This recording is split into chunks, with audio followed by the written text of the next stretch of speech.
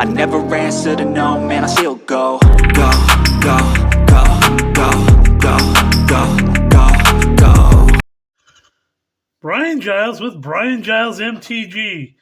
And we're back with the rest of the Assassin's Creed spoilers. So, hoo-ha. We're starting off with desynchronization.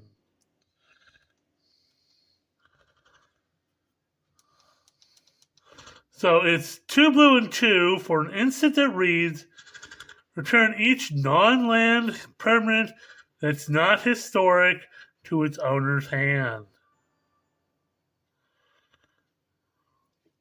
So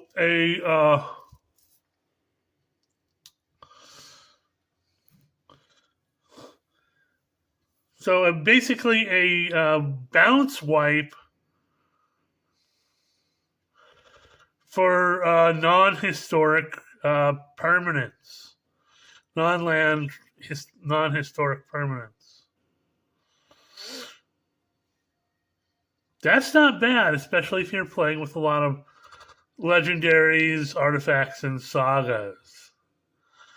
Hoo-ha.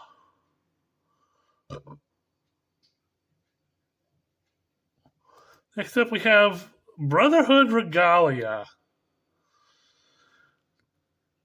2 mana for an artifact equipment. Equipped creature has Ward 2 and is an assassin in addition to its other types and can't be blocked. Equips legendary creatures for 1 or equip any other creatures for 3. Okay. That's pretty decent. Makes it unblockable and has Ward 2. And, it's designed for legendary creatures. I'm not unhappy with something like that. That's actually pretty dope.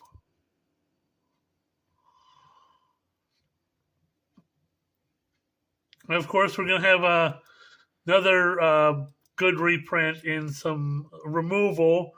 First up, we have Path to Exile. Instant. Exile target creature. Controller may search for leverage for basic land card and put that card onto the battlefield tapped, then shuffle. We have Fatal Push. Black mana for an instant that reads, target creature if it has a mana value 2 or less. Has Revolt on it. Destroy that creature if it has a mana value 4 or less instead if a permanent you control left the battlefield this turn. Okay. So we adding on to Fatal Push? I don't know. So it seems like some of these get a little bit of extra on it. We got Mortify, so white, a black, and a 1 for an instant that reads, destroy target creature or enchantment. Very useful. And of course, Terminate. So a red and a black for instant that reads, destroy target creature, it can't be regenerated. No regeneration for you. Next up we have Assassin Gauntlet. So a blue and 2 for an artifact equipment. When Assassin Gauntlet enters the battlefield, attach up to 1 target creature controlled, tap all creatures target opponent controls.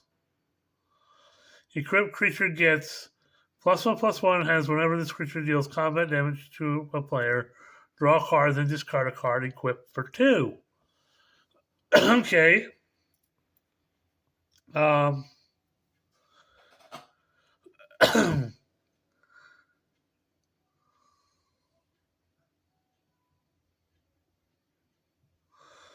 it has a nice ETB effect. Blinking this could do all sorts of nasty things. You get card draw and a bit of a boon when attached to creatures. So a decent little piece of equipment.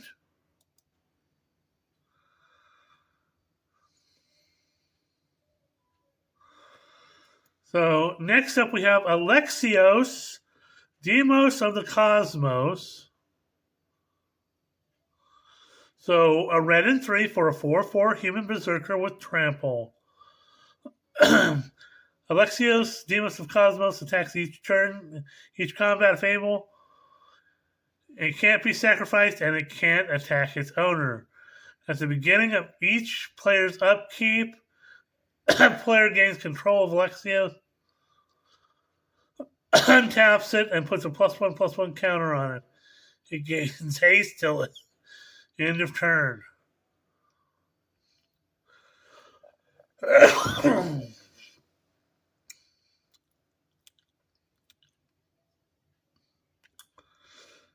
So you got kind of a round robin character that keeps getting bigger. Okay. Now, for those of you, Bob, Pat, that are into Commander Raid, this guy going around the board might be actually kind of fun.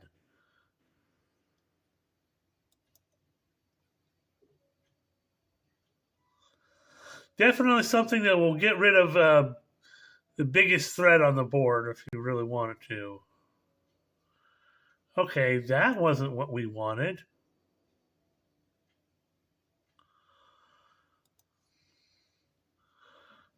Something's wrong here with the page for that.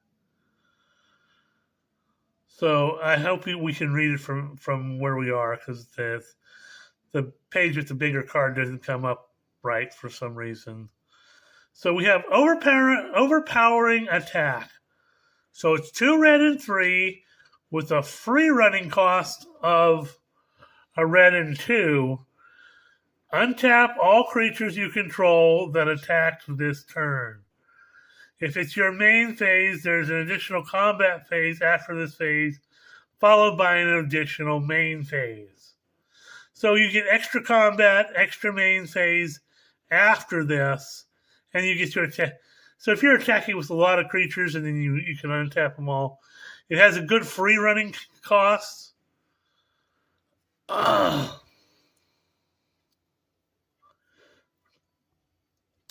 So of course you want to do it for its free running cost after you've attacked with an assassin or your commander, and then you can untap them and attack again and have another post combat phase, main phase after that. Hoo-ha! Next up we have Hookblade. So white and 1 for an artifact equipment, enters the battlefield attached to target creature you control. Equipped creature gets +1/+0 as long as it's your turn. Equipped creature has flying and equip it for 2. So yeah, you get to fly in your turn, get a +1/+0, and you can attach it right away to creatures. So hoo-ha.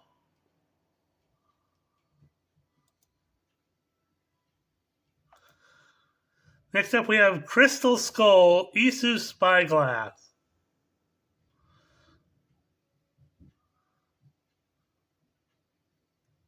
Two blue and 2 for a legendary artifact.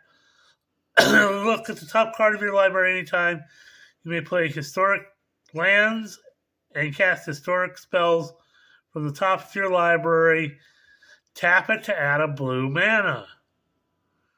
Not bad. It's got a little bit of a beefy cost at 4, but you get to look at the top card of your library and play historic lands, which are legendary lands, and historic spells from the top of your library. So you get like having an extra card that you can play, and you get a mana source from it as well. So it's not bad overall. I like it. It's going to be useful, And in blue, because artifacts are considered legendary, historic. In blue, this thing could be quite useful in your artifact builds. So hoo-ha.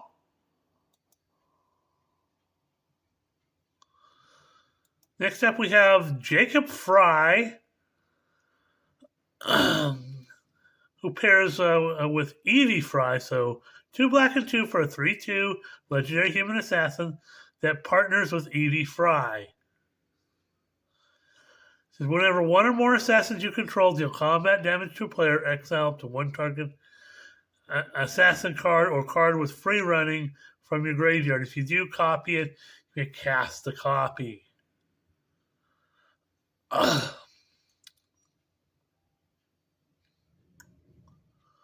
Not bad. You get some stuff back from the graveyard. It has a partner mechanic working well in a commander setting. Next up, we have Restart Sequence. So a black and 3 with a for sorcery that has a free running cost of a black and 1. Turn target creature card from the graveyard to the battlefield. Ew! After dealing damage with an assassin or commander, you can return a creature card for a black and 1. Just back to the battlefield? Oh, yeah.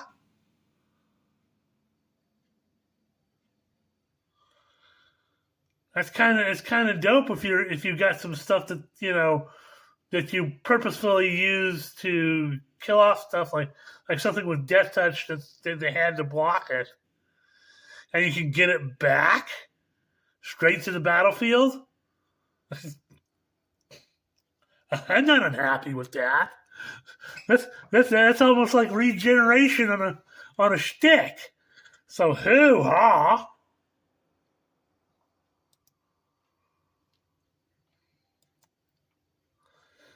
Next up, we have Arno Dorian. So, a black, a red, and 2 for a 3/3 legendary human assassin with Death Touch. Other assassins you control get +2/+0, and you can have him disguised for a black and a red. So you can put him out there for 3, and then save your mana. Put him out there later when you need him. Reveal him later. Not bad. Kind of an assassin lord. I like him. It's he's got Death Touch. This guy could be useful in all sorts of different circumstances. I'm not unhappy. I've said it in previous videos. I'm going to say it here again. Initially I wasn't into this. I never really got into playing, the Assassin's Creed games. I know some of the characters from other people that have played the games and whatnot, but I'm thinking the way that they've made the magic cards for these characters, not only is it very flavorful for the characters themselves, but these cards actually fit in other decks. And they can be useful all around the Magic the Gathering, multiverse as a whole. And I really like that. Which is making me want to buy into this because these cards are very useful and playable. It gives me that, that feeling of when Kamigawa Dynasty came out.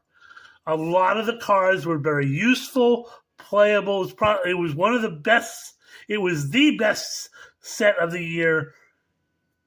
Even outside of the whole Hitotsugu thing, the Neon Hitotsugu, the cards were useful and playable. They had a lot of good deck strategies. I'm not unhappy with some of these cards. Next up, we have Aya of Alexandria. A red, a white, and 2 for a 4/3 human assassin, legendary human assassin with menace and lifelink. Whenever a historic creature you control deals combat damage to a player, create a 1/1 black assassin creature token with menace.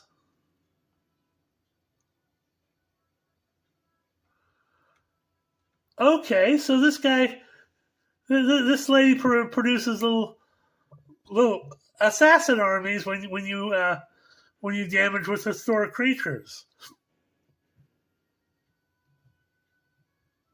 Not bad.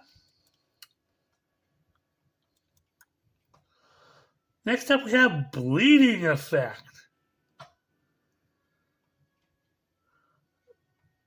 A white, a black, and 2 for an enchantment that reads, at the beginning of combat on your turn, creatures you control gain flying till end of turn if a creature card in your graveyard has flying. Same is true for first strike, double strike, death touch, hexproof, indestructible, lifelink, menace, reach, trample, and vigilance.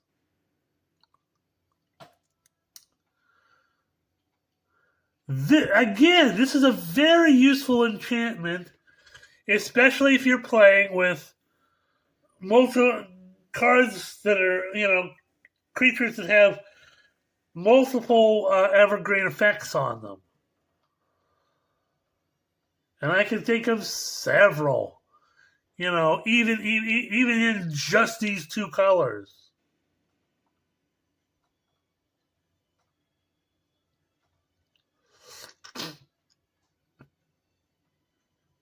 So this thing could be absolutely useful.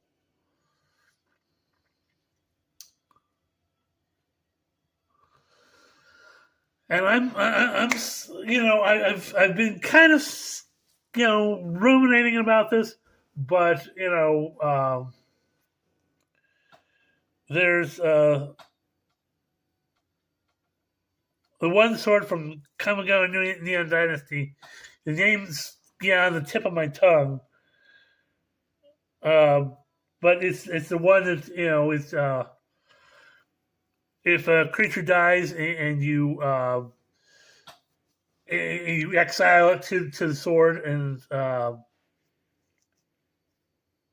Eater of Virtue, you exile it to the sword and it's next creature to wield the Eater of Virtue gets all the evergreen effects of that.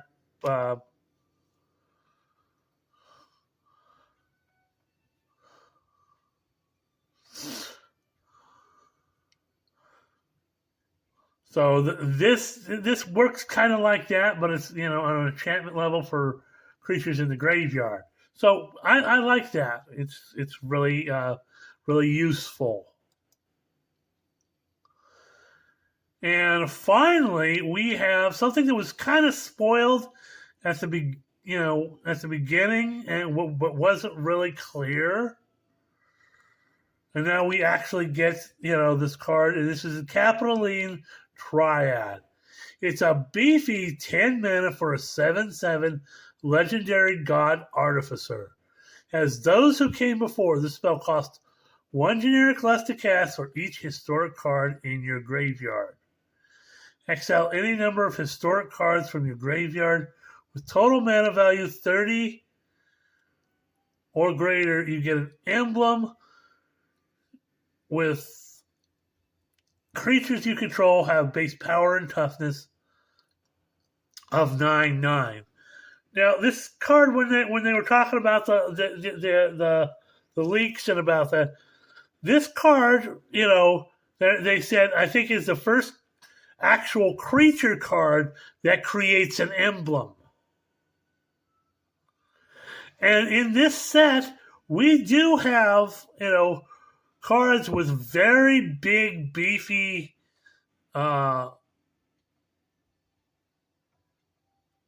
casting costs.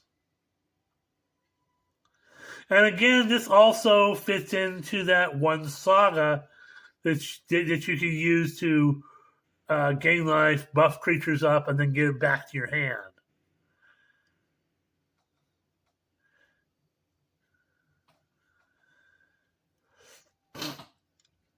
But you can give all your stuff, base power and toughness of 9/9. Again, if this is in a commander setting and you're playing with larger creatures that you're either discarding or people have gotten rid of, somehow, you're going to have to watch, the mana value of what you have of your historic cards in the graveyard. Because when this thing hits the battlefield and you pop off all that mana value, it's just gonna be bad all the way around. So that's 21 minutes. We're gonna triple check to make sure that's all we have for today. I think this is all of the cards. Let's take a look here.